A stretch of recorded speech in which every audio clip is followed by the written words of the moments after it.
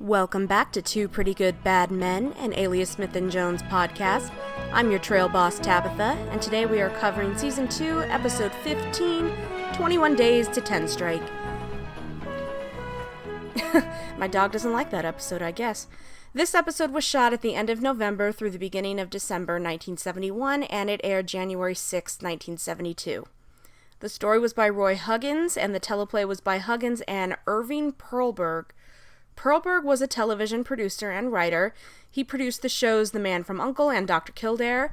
He wrote for shows like Quincy, where he also briefly worked as story editor, The FBI, The Rookies, and Columbo.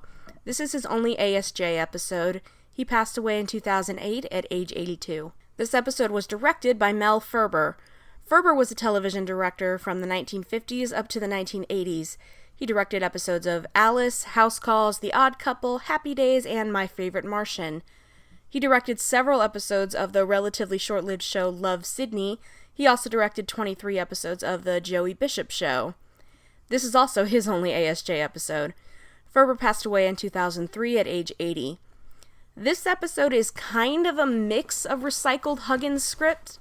The Maverick episode Yellow River and the Virginian episode 50 Days to Moose Jaw. Our guest stars this week include some fellows we've seen before. The talented, beautiful, articulate, sexy Pernell Roberts as Terrence Tynan. My darling, angel, light of my life, apple of my eye, etc., etc. From that great high comes a great low. Walter Brennan is back, but he's not playing Silky this time. He's playing Gant Gantry. Fuck that guy. Next we have Steve Forrest as Jake Halloran. Steve Forrest is one of 13 children. Good God, his poor mother. And the brother of actor Dana Andrews. That is new information to me, and I think it's pretty cool. He was discovered by Gregory Peck, of all people. He and his brother only appeared in one movie together, Sealed Cargo from 1951. I mostly know Forrest as Hondo from SWAT. I have a love-hate relationship with that show. But he was also known for Mommy Dearest, unfortunate for him, and Spies Like Us. He did guest work on Dallas, where he played the man who claimed to be Jock Ewing after he'd already died. And, the brothers were like, no! But Miss Ellie was like, maybe. And it was a whole thing. He was in that Captain America TV movie from the 70s. He guest starred on Ironside, The Streets of San Francisco, Macmillan and Wife, Night Gallery, Gunsmoke, Rawhide, and Circle of Fear. He had a short-lived series in 1966 called The Baron about an antique dealer who was actually a secret agent. Yeah, that sounds like the 60s. Forrest passed away in 2013 at age 87. Then we have Linda Marsh as Elizabeth Tynan. Marsh was an actress, producer, and writer. Her mother was also an actress and producer, so she just followed the family business. In 1963, she was in the Elia Kazan movie America, America, for which she was nominated for a Golden Globe. In 1964, she got to play Ophelia on Broadway, and that production was actually filmed and released as a movie. She guest starred on shows like It Takes a Thief, there she is, Bonanza, I Spy, Here Come the Brides, The Mod Squad, and Ben's later show, Griff. She also had a small part in the movie Freebie and the Bean as Freebie's girlfriend. She's only in one scene, but I remember her. On the production side, she produced Valerie and The Facts of Life. She also wrote episodes for both those shows, and she wrote a few episodes of One Day at a Time. Marsh created one short-lived series called Karen's Song about a woman who begins dating a much younger man. It starred Patty Duke and Terry Hatcher. As of this recording, Marsh is still alive. And finally, and hilariously, we have a cameo by Dick Cavett as the sheriff for some reason. I did find a clip on the Pete Duell Memorial site of Cavett commentating on some behind-the-scenes footage of his time on set, and it was pretty funny. Monty Laird, their stunt coordinator, is teaching them how to draw and fan fire in one bit. Why? I'm sure I don't know. Sheriff Dick Cavett only has one scene, and he doesn't even touch a gun. Oh well, on with the show. We do have a sneak peek this week. The boys sit down at a campsite with an old man named Gant, who says that he owes Thaddeus an apology. The boys think they can trust this man. They tell him they think they know who the killer is, but they can't stick around to prove it because the killer knows who they are. And they tell him that they used to be bank robbers. And theme song. Cut to the boys riding along the trail. They lament that they only have $1.09 between them, and I did that math by myself, by the way. You should all be very impressed. Hayes says if they put their money together, they can buy a steak supper. Kid distrustfully asks, and then what? Flip a coin to see who eats it? Because Hayes always wins the coin tosses. But I was thinking they could just split it and, be like Lady and the Tramp, and Hayes nudges a piece toward the kid with his nose, and then vice versa. Up on a ridge, 2 men are watching them. They ride down and ask what they're doing there, that they're on private property. Passing through, looking for work in the next town. The men inform them that the next town has no work, but they can offer them some. They're on a trail drive, and the boys have been on trail drives before.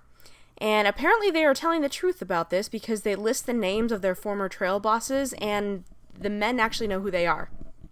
Hayes and Kid are super not about driving herd, though. The men introduce themselves as Mr. Tynan and Jake Holleran. This is Tynan's herd, and Jake is the trail boss. They need to get this herd to Tenstrike within 21 days or he loses a sale.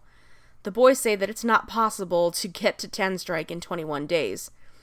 Tynan offers them a bonus of $400 per man if they make it. Okay, they've got a deal. The boys take the job. Steve Forrest gets the special guest star credit this week, and okay, rude. Purnell got it in his first episode. What are you saying, show, that he's not special anymore? Do you want to fight me? The boys make it through their first day, and all the men make camp for the night. And I do have confirmation that these night scenes were shot in a soundstage this week because the weather was very rainy. It looks better. It just does. I'm sorry, guys. Your day for night is shit. Some of the men are playing poker, and Hayes watches them. Kid tells him to forget about it. He doesn't have enough money to join a game. But Hayes wasn't watching the game. He was watching the players. 2 of them, Ralph and Bud, look familiar, and he's worried it's because he robbed a train they were on once. Kid doesn't recognize them, though. Hayes puts it out of his mind for now, and they continue on another day. The next night, Ralph approaches Kid and tells him that he's going to be riding drag the next day. Kid argues with him that he's supposed to be riding flank. I had to, look up a diagram, by the way, of a trail drive to figure out what all these positions were. Because I'm stupid. He decides to go ask Jake, but Ralph stops him, being pretty combative about it. This escalates quickly into a fist fight. And Hayes just watches, which is really funny to me. I swear they end up wrecking half the camp before Jake and Tynan finally break it up. Jake confirms that he did switch Kid and Ralph's positions for the next day. The kid looks at Hayes and asks, "What the fuck? You didn't back me up at all." And Kid just says, "Well, it looked like you were losing, and I didn't want to back a loser." Insulted, Kid says he would have beat him. "I don't think so, Kid. He was kicking your ass pretty good." But Hayes still loves you. He wets a rag and starts cleaning the cuts on Kid's face. It's very sweet. The 2 are approached by Mrs. Tynan. She offers some iodine for the kid and compliments him for holding his own against Ralph so well. Hayes is like, "Unbelievable. You've already seduced the boss's wife with 19 days to go." The next night, you might be noticing a pattern here. The days do not matter in this episode. It's all about the nights, baby. They line up for dinner, and the cook, Gant, pours Kid out a very pitiful portion because he's Ralph's buddy. Ralph was being the asshole, and he started it. Poor Kid has such a big appetite, too. Hayes brings his attention back to Ralph and Bud, worried that if he recognized them, they might recognize him right back. Early the next morning, Jake goes around waking everybody up. Except Ralph, because Ralph is now dead. He's been stabbed with a stiletto, and I was today years old when I found out that stilettos were also a kind of knife, because I was definitely picturing somebody stabbing him to death with their shoes. Everyone gathers up, and Jake is like, "All right, who's got a stiletto? Whose boots were made for walking?" Everybody thinks that the kid killed him. Jake's the only one who says they don't know that for certain, and he wants to search the whole camp for a stiletto. Hayes wants to make sure that search includes Jake, too. After they look everywhere, they find nothing on no one. Jake wants to send one of the guys to town to get the sheriff, but Tynan is against that because that will take days, and damn it, he's got to get this cattle to Tenstrike. They'll report the killing once they get there. Jake agrees, but since the kid is their most likely suspect, they tie him up and have him ride in the wagon. This is the 2nd episode in a row that Kid gets accused of murder. This poor boy. At first I thought, hey, I'd rather ride in the wagon too. That should be better, right? Well, not for the kid. He's being knocked all over that wagon, and their crap that's stored in there is flying at him. Hayes is allowed to go in and talk to him for a minute. So, once again, just like last episode, Kid is like, "Get me out of here." He just wants to make a run for it that night, but Hayes knows that's a bad idea because if they run, They're going to figure they're guilty, and then they're going to figure out their identities. I'm not sure how they'll accomplish the second part, but okay. Kid argues that they can't go to Tenstrike either because if the authorities look into the murder, they will figure out who they are.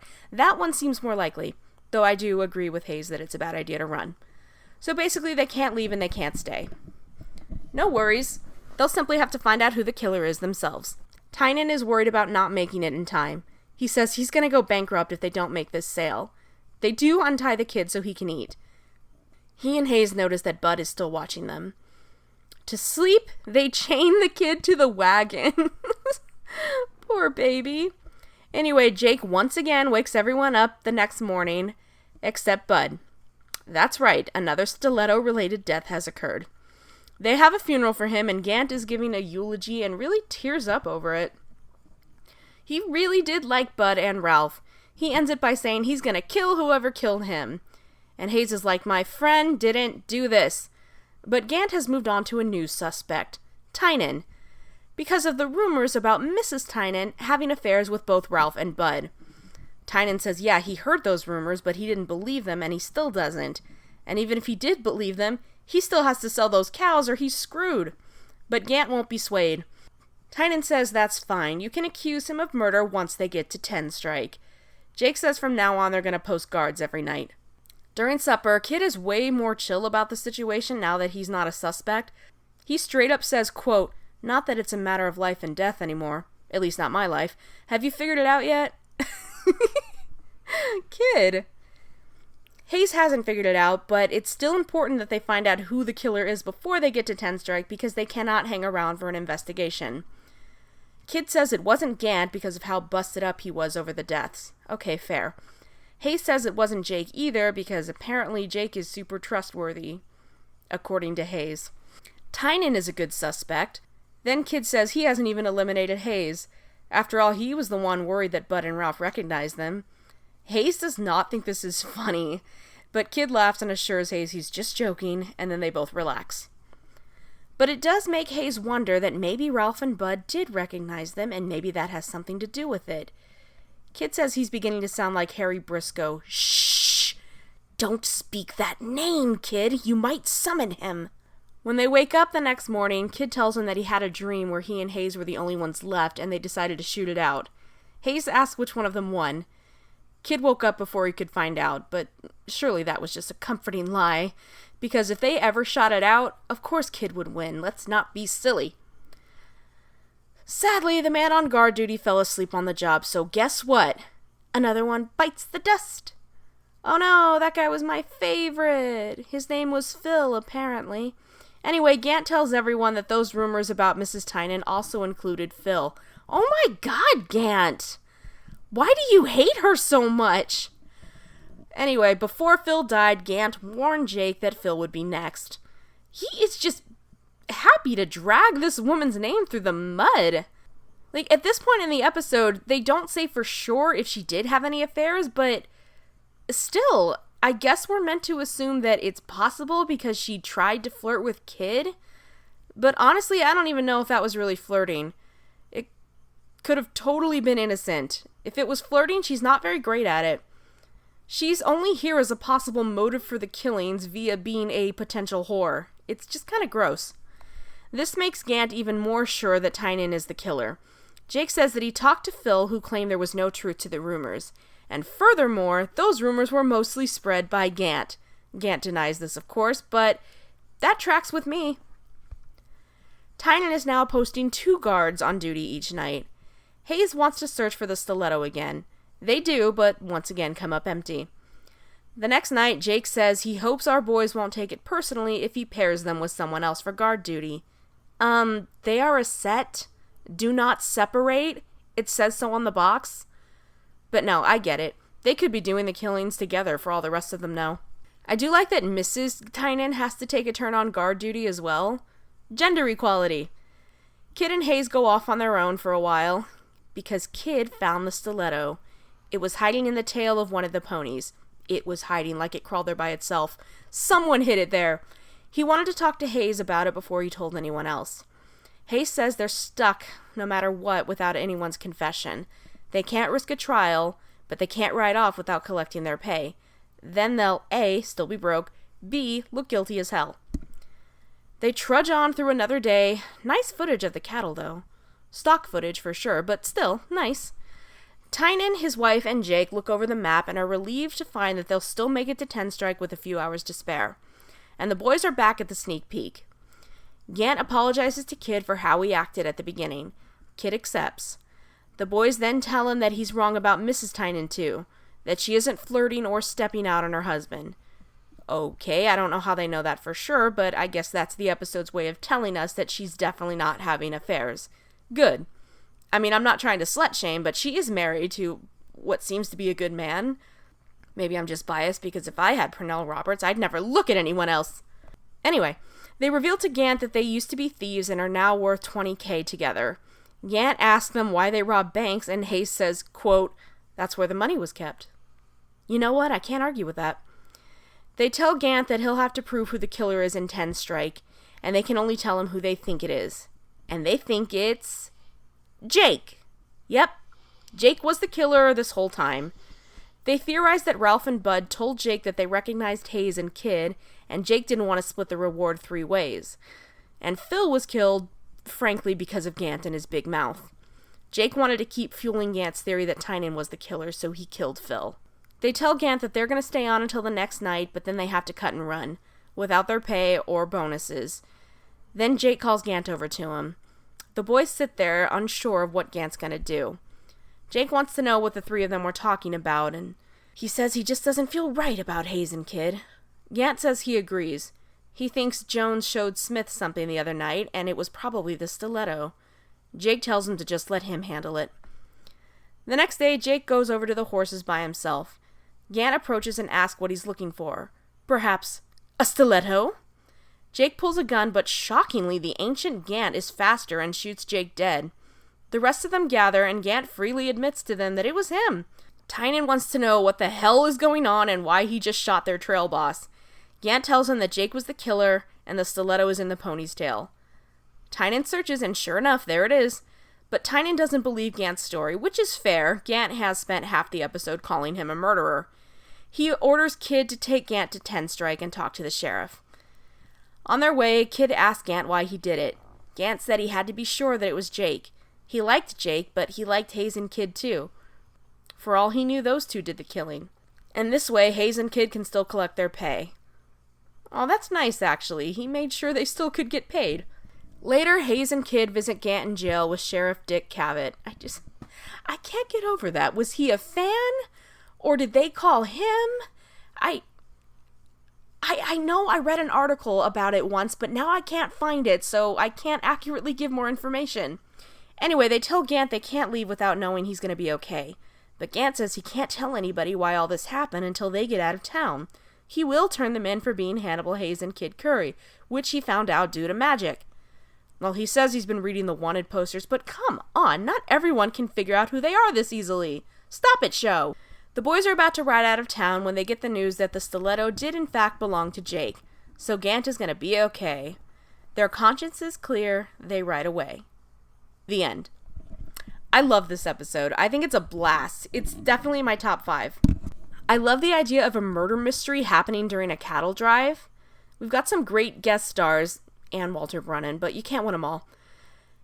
There's some great moments between our guys, too. From the aftermath of the brawl to the chuck wagon scene, to Kid joking that he wasn't sure Hayes wasn't the killer. Really good stuff. It does give me a little pause knowing that 3 innocent men were killed because of Hayes and Kid, and they don't ever bring that up. I mean, it's not like they killed them or wanted them dead, but still... And Ralph was kind of a jerk, but I'm not sure he deserved to die for that. Oh well. The line of the episode goes to Hayes. He says, "Next, I eliminate me, because I'm the one doing the eliminating. That gives me certain rights." And the episode goes to both of them. They both figured out the mystery this week. Teamwork. Next time on Alias Smith & Jones, it's the return of the McCready and Armendariz feud. You guys remember that, right? Burl Ives and Cesar Romero. They're back. Plus, Lee Majors is here. Research for this podcast comes mainly from the wonderful book Alias Smith & Jones, the story of 2 pretty good bad men. by Sandra K. Segala and Joanne M. Bagwell. Thanks for listening.